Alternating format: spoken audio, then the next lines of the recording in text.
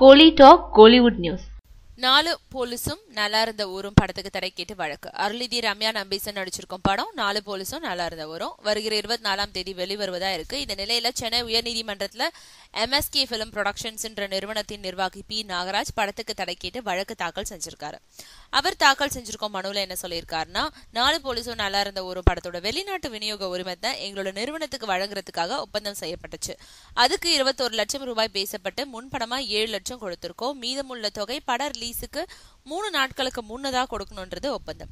இப்போ படத்தை வெளியிட போறதா அறிவிச்சிருக்காங்க. ஆனா எங்களுக்கு வெளிநாட்டு உரிமத்தை இது வரைக்கும் தரல. இது தொடர்பா அவங்கள தொடர்பு கொண்ட போதும் சரியான பதில் இல்ல. எங்க கிட்ட முன்பணத்தை வாங்கிக்கிட்டு வெளிநாட்டு உரிமம் தராம இருக்காங்க. அதனால படத்தை வெளியிட இடைக்கால தடை விதிக்கணும். இவ்வாறு அந்த மனுல சொல்லப்பட்டிருக்கு. இந்த மனு மீதான விசாரணையை வருகிற வியாழக்கிழமைக்கு தள்ளி வச்சு நீதிமன்றம் உத்தரவிட்டிருக்காங்க.